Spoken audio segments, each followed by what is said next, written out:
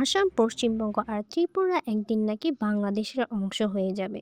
শুনতে অবিশ্বাস্য লাগলেও গত কয়েক দশক ধরে ভারতের রাজনীতিতে বারবার আলোচনায় এসেছে একটি বিতর্কিত ধারণা, গ্রেটার বাংলাদেশ তত্ত্ব। কেউ বলেছেন এটি ভবিষ্যতের বাস্তব নিরাপত্তা হুমকি, আবার কেউ বলেছেন এটি কেবল একটি রাজনৈতিক বয়ান বা ষড়যন্ত্র তত্ত্ব। তাহলে এই তত্ত্বের জন্ম কোথায়, এর পিছনের যুক্তি কি, আর বাস্তবতা কতটা এর সঙ্গে মিলে? আজকের ভিডিওতে তথ্য, ইতিহাস ও বিভিন্ন পক্ষের বক্তব্যের আলোকে আমরা এই বিতর্কিত বিষয়টি বিশ্লেষণ করব। চলুন শুরু করা যাক।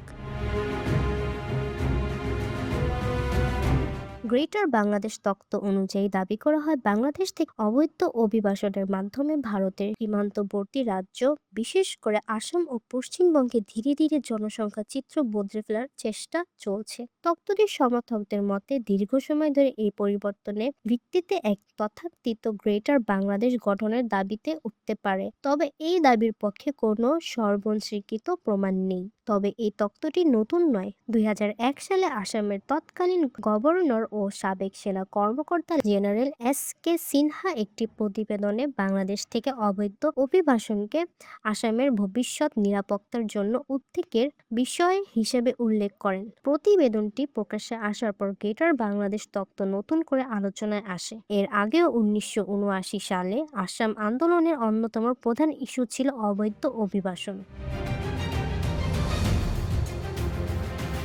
সমর্থকদের প্রধান যুক্তি তিনটি। প্রথমত, আসামের কিছু সীমান্তবর্তী জেলায় মুসলিম জনসংখ্যার অনুপাত বেড়েছে। দ্বিতীয়ত, ভোট ব্যাংকের রাজনীতির কারণে অবৈধ অভিবাসীদের বিরুদ্ধে যথেষ্ট ব্যবস্থা নেওয়া হয়নি। তৃতীয়ত, কিছু ঐতিহাসিক বক্তব্যের দ্বারা এই তত্ত্বের সমর্থনে তুলে ধরেন, তবে এসব দাবির অনেকগুলোর পক্ষে শক্ত ও স্বতন্ত্র ঐতিহাসিক প্রমাণ সীমিত। অন্যদিকে ইতিহাসবিদ, গবেষক ও বিশ্লেষকদের একটি বড় অংশের মতে গ্রেটার বাংলাদেশ মূলত একটি রাজনৈতিক আখ্যান।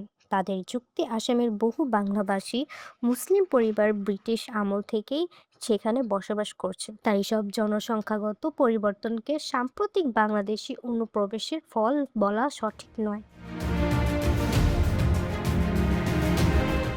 জন্মহার, অভ্যন্তরীণ স্থানান্তর ও পুরনো বস্তীয় জনসংখ্যার পরিবর্তনের কারণ হতে পারে। বাংলাদেশ সরকার বরাবরই এমন কোনো পরিকল্পনার অস্তিত্ব অস্বীকার করে এসেছে, তবে বিতর্ক এখনো শেষ হয়নি। সীমান্ত নিরাপত্তা, অবৈধ অভিবাসন, নাগরিকত্ব এবং আঞ্চলিক ভূ রাজনীতির কারণে বিষয়টি এখনো ভারত ও বাংলাদেশের সম্পর্কে আলোচনায় আসে। তবে আজ পর্যন্ত এমন কোনো সর্বজন স্বীকৃত প্রমাণ প্রকাশ্যে আসেনি যা গ্রেটার বাংলাদেশ তত্ত্বের রাষ্ট্র পরিচালিত পরিকল্পনা হিসেবে নিশ্চিত করে। তাহলে প্রশ্ন থেকেই যায়, এটি কি সত্যিই দীর্ঘমেয়াদী নিরাপত্তা উদ্বেগ, নাকি রাজনৈতিকভাবে তৈরি একটি আখ্যান? আপনার কি মনে হয় কমেন্ট জানাতে ভুলবেন না। আর বিশ্লেষণধর্মী ভিডিও পেতে চ্যানেলটি সাবস্ক্রাইব করুন। আমাদের সাথেই থাকবেন।